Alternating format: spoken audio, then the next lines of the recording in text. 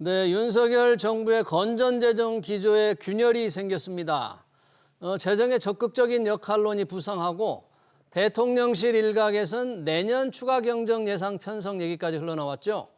경제 상황이 얼마나 안 좋은지, 나라 살림을 어떻게 꾸려가야 할지 전문가들과 토론해 보겠습니다. 김현동 배재대 경영학과 교수, 홍기용 인천대 경영학부 교수 나오셨습니다. 어서 오세요. 네, 안녕하세요. 네, 자, 얼마 전에 대통령실에서 내년 초에 추가 경정 예산을 편성한다. 이렇게 이걸 검토한다는 보도가 나왔습니다.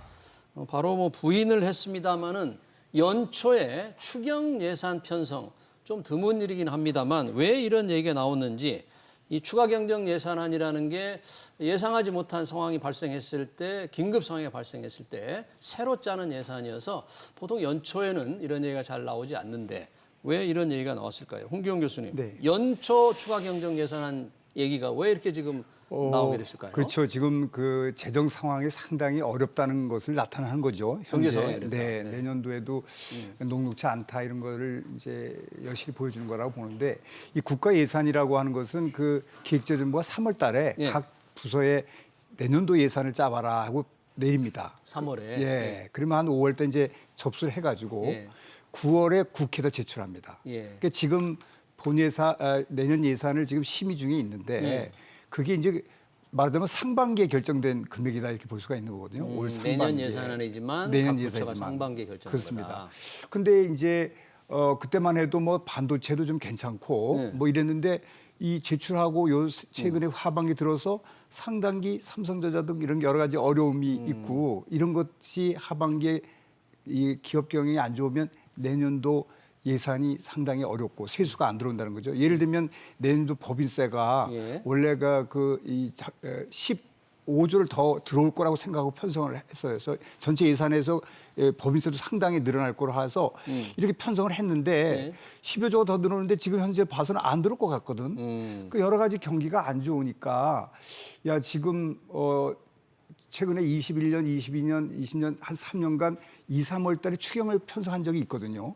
네, 2, 3월에. 네, 2, 3월. 그러면 2, 3월에 하려고 그러면 준비를 해야 되잖아요. 그러겠죠. 실무진의 입장에서는. 네. 그러니까 지금 말은 못 꺼내지만 내년도에 추경이 될 수밖에 없지 않냐 하는 그런 걱정을 하고 있는 것 같아요. 그런 속에서 말이 나왔고 그런 이제 실무 준비를 해야 2월 달에 국회에서 통과될 거 아닙니까? 말하자면. 예. 그래서 그만큼 뭐 지금 현재로서는 정부는 검토하고 있지 않다. 본 예산 통과도 안 했는데 내년 추경 예산을 얘기할 수 있느냐. 그래서 지금은 그런 쪽에서는 이제 말을 지금 막고 검토 중으로 했지만 속으로나 실무진에서는 좀 그 세수에 여러 가지 좀 걱정을 하고 있지 않느냐 이렇게 보고 있는 것입니다. 지금 이제 내년 예산이 국회 심의 중이니까 내년 나라 살림을 정부가 아주 정교하게 나름대로 짜서 국회에다 잘 좀 통과 주세요 하고 심의안을 올렸는데 네.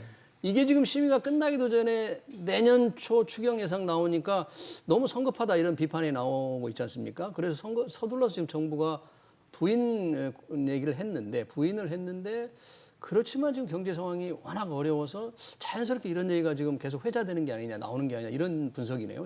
그렇게 지금 상황이 안 좋다고 볼 수 있습니까? 우리 경제 네, 상황이? 맞습니다. 지금 경제 상황이 지금 여건이 안 좋은 거 맞고요. 일단 근데 이제 배경을 언급하기 전에 한 가지 조금 짚고 넘어가야 될 게 예. 지금 용산 대통령실이랑 기재부가 지금 손발이 지금 좀 안 맞는 것으로 저는 좀 생각을 하고 있습니다. 대통령실과 기재부가 네, 어떻게요? 지금 말씀하셨다시피 지금 예산을 심의하고 있는데 갑자기 이제 추경이라는 이야기가 꺼내 나오는 것은 또 그래서 그 또 보도가 나오니까 기재부 내 특히 이제 예산실 같은 경우 굉장히 당혹해한다라는 그런 기사가 또 지금 나오고 있기 때문에 또 구체적으로 또 뭔가 하면 그 규모라든지 어떤 부분에 대해서 지금 추경을 한다든지 내용에 관한 또 이야기도 상세하게 또 처음에 나오지 않았었거든요. 그래서 어쨌든 간에 지금 뭔가 혼선이 있는 것으로 일단 그렇게 볼 수가 있는 거고 예. 추경이 그럼 나온 배경은 아까 말씀하셨다시피 지금 대내외적으로 지금 경제 환경이 굉장히 안 좋습니다.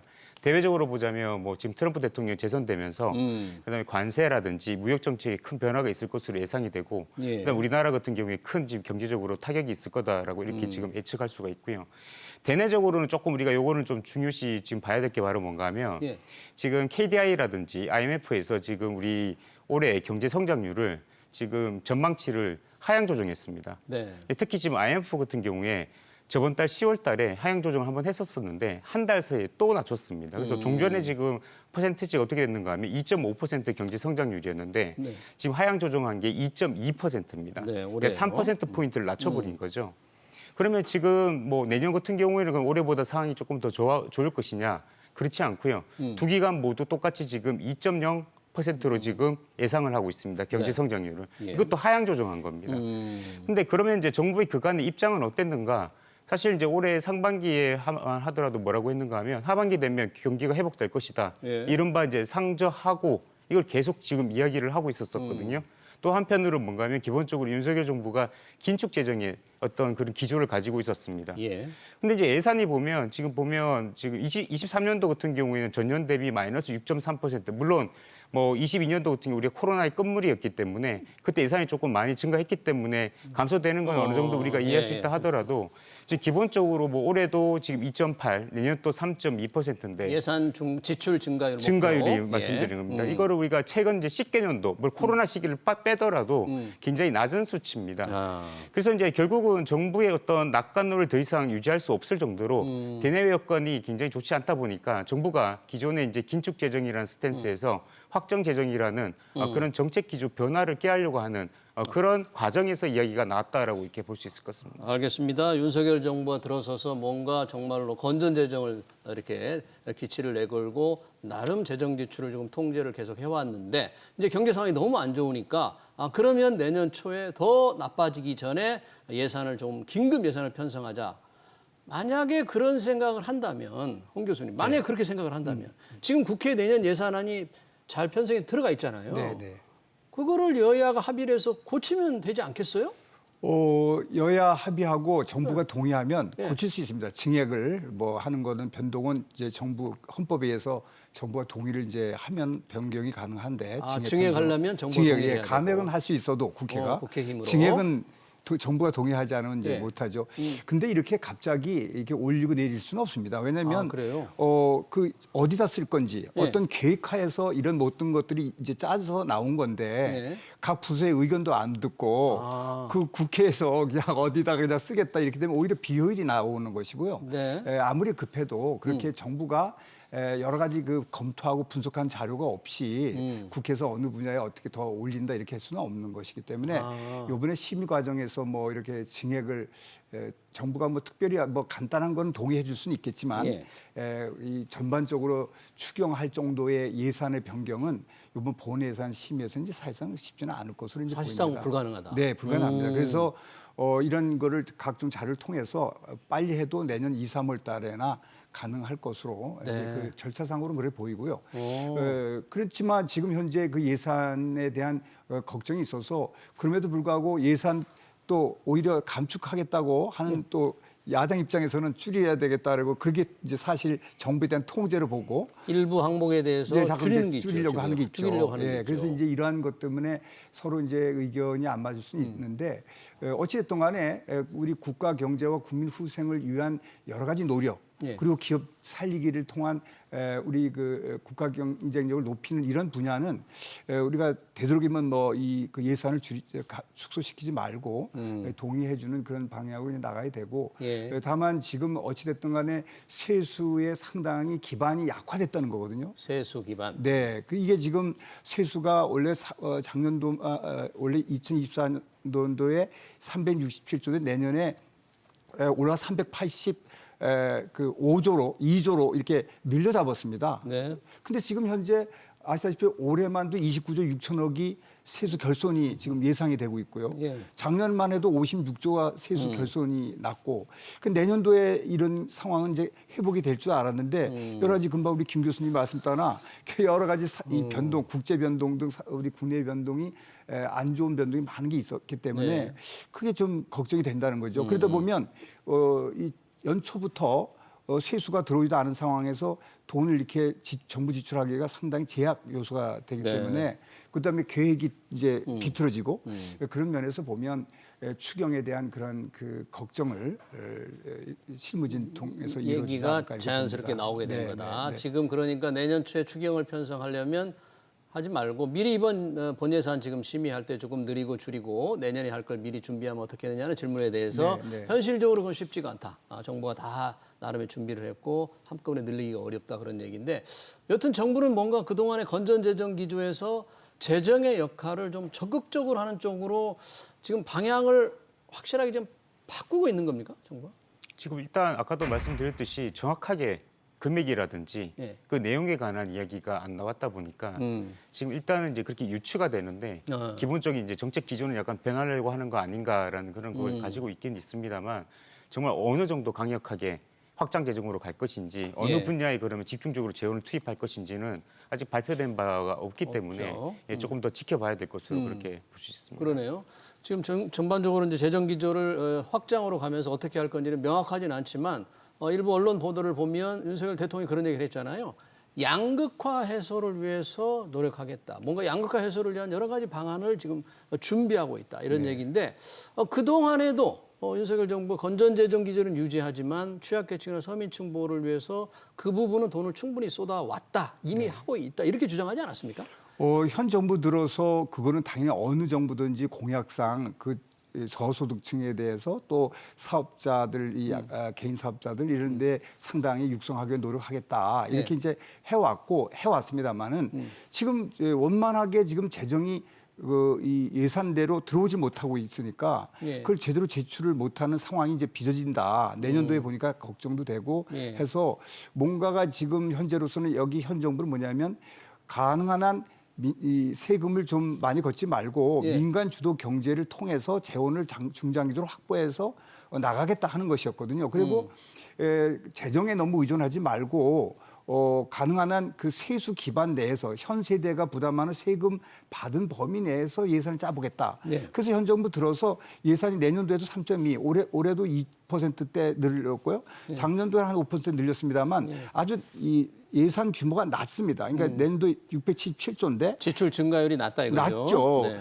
전 정부 얘기를 뭐하지만 작년도에는 한 4년간 9.9%대를 2년간 9% 이상을 편성했고 또 2021년, 2021년에는 8% 이상을 이렇게 올라갔었던 거를 현 정부는 그 재정에 그래서 부채만 많이 늘려서 그렇게 할 수 없다. 네. 그래서 이제 낮게 됐는데 그러다 보니까 사실 원만하게 돈을 지출을 못함으로써 재정 확보에 지금 세수 확보가 이번에 29조 6천억이 빠져나가니까 뭘로 했느냐 부담금이나 이런 데다가 이미 있었던 여러 가지 갖고 있었던 각종 외평 자금이라든지 뭐 여러 가지 주택 자금 이런 것들이 있었던 거를 이걸 빼서 쓰고 있거든요. 이제 이것도 방편으로. 한계에 다다랐다는 겁니다. 그러니까 결국은 부채를 조달하지 않고는 현 상황에서 타개할 수 있는 방법이 없는 상황이 왔다라고 지금 보고 있는 거예요. 네. 이거는 현 정부가 바라는 바는 아니었지만 예. 그런 쪽일 수밖에 없지 않냐 하고 지금 검토를 내부적으로 하고 있지 않을까 이렇게 보고 있습니다. 그러니까 아직 이제 윤석열 정부가 명확하게 지금 이미 예산이 국회에 들어가 있는데 그 이후에 어느 정도 늘릴지 또 방향은 어떻게 잡을지에 관한 이제 구체적인 게 없으니까 저희가 이제 정확한 평가는 하기 어렵습니다만은 적극적인 재정 역할을 하려면 지출을 늘려야 되는데 그러면 그 늘리는 재원을 아까 세금도 더 순조롭게 거치기 어렵다면 결국은 빚을 내야만 하는 거잖아요.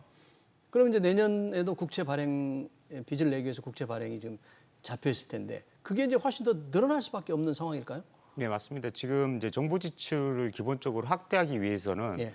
이제 두 가지 방법이 있습니다. 증세를 하거나 이제 국채를 발행을 하든가. 그런데 지금 이제 정부가 제출한 9월달에 제출했던 내년 이제 적용될 세법 개정안에 따르면 예. 증세가 아니라 감세거든요. 감세. 예, 그래서 윤석열 정부 출범 이후로 계속 이제 감세를 정책 기조로 삼고 있었습니다. 2022년도 같은 경우에는 5년간 60조 정도의 감세였고, 그다음에 지금 올해 지금 세법 개정안 같은 경우도 한 18조 4천억 원 5년간 유족법으로 앞으로 이제 세금이 줄어들 것으로 이렇게 예정이 되어 있습니다. 예. 그러니까 앞서 말씀드렸듯이 두 가지 방법 중에서 이제 우리가 감세를 지금 정책을 쓰고 있으니까 예. 남은 방법은 이제 국채 발행밖에 없는 거죠. 예. 근데 지금 이제 예산안에 잡혀 있는 국채 발행 지금 규모가 예. 201조 원대입니다. 201조. 사실 규모만 봤을 때는 역대 최대 규모거든요. 예. 근데 이게 지금 예정이 되어 있는데 지금 이게 만약에 지금 실제로 이제 우리가 실제로 이제 국채가 발행하게 된다 그러면 예. 일단 이 계획 자체가 발표가 됐을 때도 그때가 언제 발표가 됐던가 하면 올해 8월 달입니다. 예. 그때 이제 국고채 금리가 일제히 상승을 했다가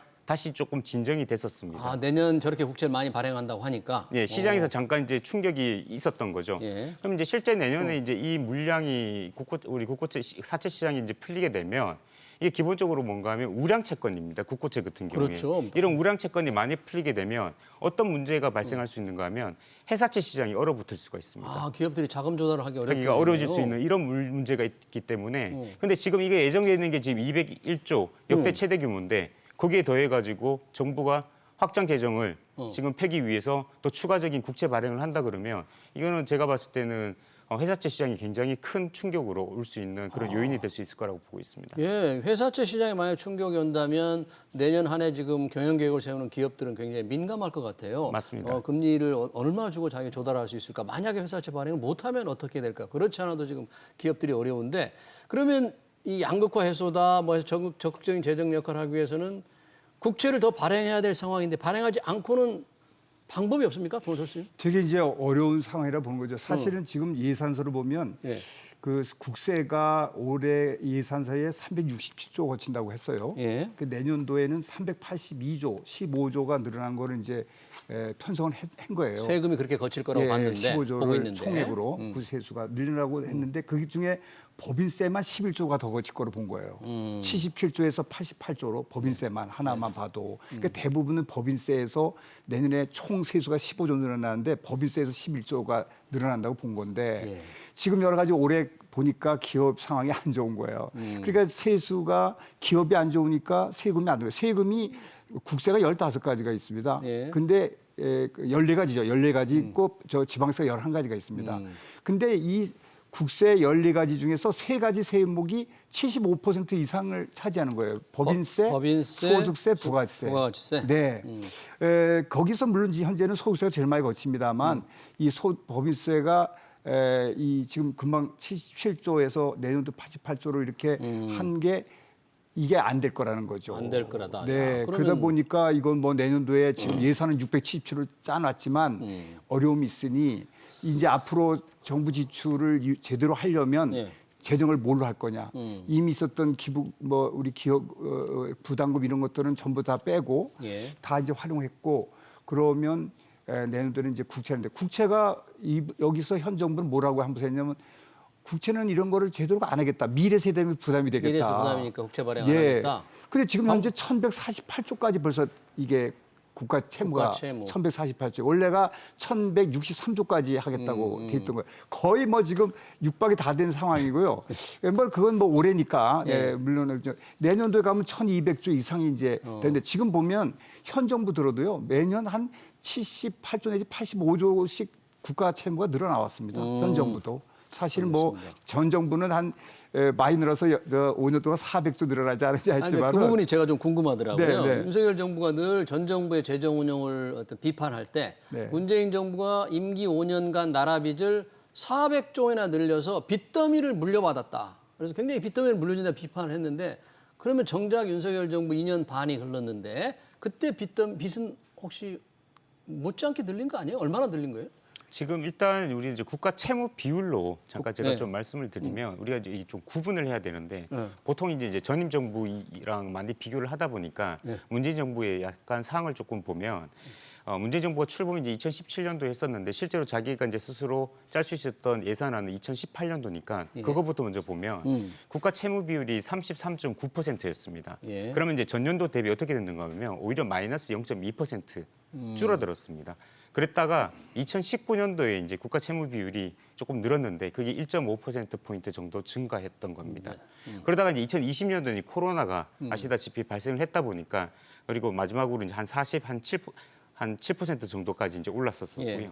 근데 이제 윤석열 정부 45% 정도까지 올랐었습니다. 근데 윤석열 정부 같은 경우에 2023년도가 스스로 이제 예산을 짰던 첫 해가 되는데 네. 그때가 지금 전년 대비 한 1%포인트 정도 증가를 했습니다.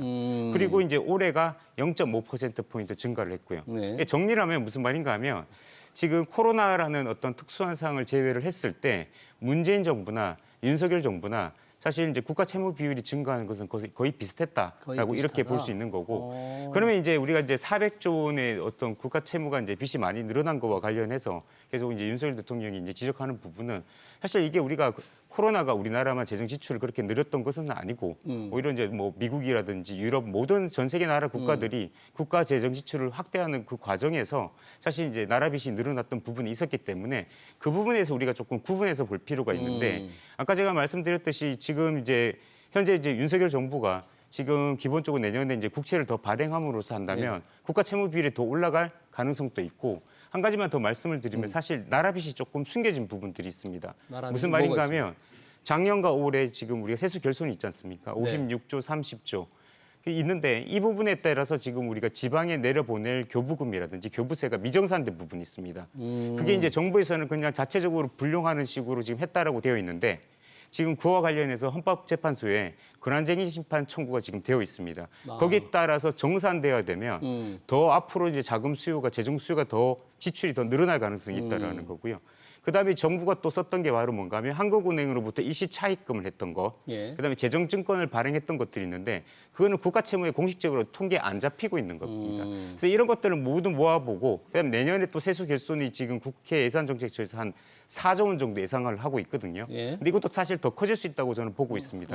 그렇다면 이제 윤석열 정부 이제 후반기에 이 국가 채무 비율이 예상했던 것보다 굉장히 많이 늘어날 가능성이 있다라고 이렇게 저는 분석하고 있습니다. 그러니까 윤석열 정부와 문재인 정부 5년에 이 나라 빚을 400조 원에 늘렸다고 비판을 하고 있는데 정작 윤석열 정부에서도 국가 채무 비율이라든지 국가 채무가 늘어난 걸 보면 전 정부 탓만하기 어려운 결국 그런 통계가 지금 드러나고 있기 때문에 좀 잘 지켜봐야 되겠다 그런 얘기고요. 그거 좀 약간 보완을 하면 그 금방 말씀하신 것 중에 현 정부 들어서 한 150조의 국가 채무가 2024년도에 이제 늘어납니다. 유형적으로. 그리고 지금 그 기획재정부에서 예상한 거 보면 2027년도가 이제 현 정부가 마감이 되는데 그때 되면 1,432조가 된다고 얘기를 하고 있습니다. 국가 채무가요? 네, 그러니까 여기도 한 400조 정도가 전 정부로부터 받은 거 중에 늘게 되는데 400조가 늘어가는 국가 채무가 아니 이제 그때 가면 그렇게 될 거라고 보이고 있는데 예상을 하는데. 다만 그게 뭐가를 봐야 되냐면 현 정부에 들어서는 전 정부는 세수 초과가 상당히 발생을 했어요. 그럼에도 불구하고 한 그 60하고 하면 50 하니까 한 120, 30조가 세수 초과가 됐는데도 부채가 400조가 늘었고 현 정부는 이미 올해까지면 2개 연도만 해도 벌써 56조하고 29조니까 85조가 세수 결손이 났어요.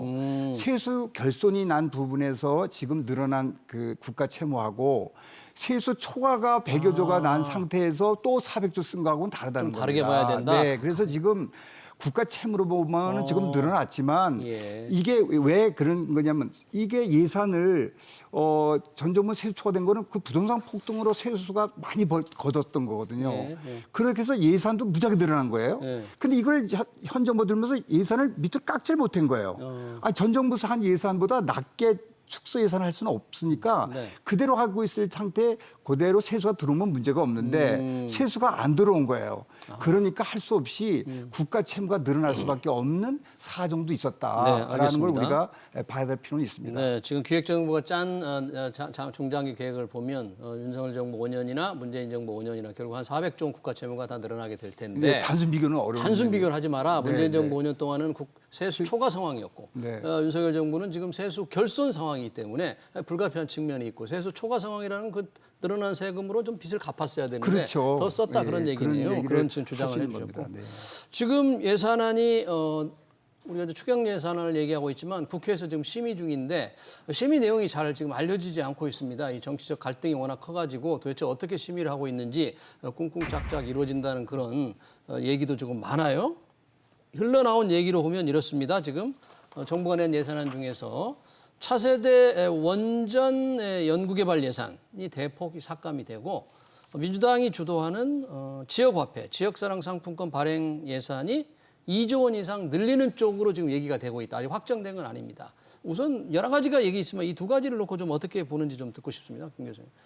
예, 사실 뭐 차세대 원전과 관련해 가지고는 제가 또 그쪽 전문가가 아니기 때문에 사실 좀 코멘트하기는 조금 적절치 않아서 네. 예, 그거는 뭐 일단 예, 좀 알겠습니다. 코멘트를 보류하고 그다음에 이제 지역 화폐 관련해 가지고는 제가 조금 이야기 드릴 말씀이 있습니다. 예. 사실 이제 지역 화폐 이 예산 편성과 관련해서 우리가 한번 조금 생각해 봐야 될 게 이 지역 화폐 제도가 과연 이게 경제적 효과가 있는가?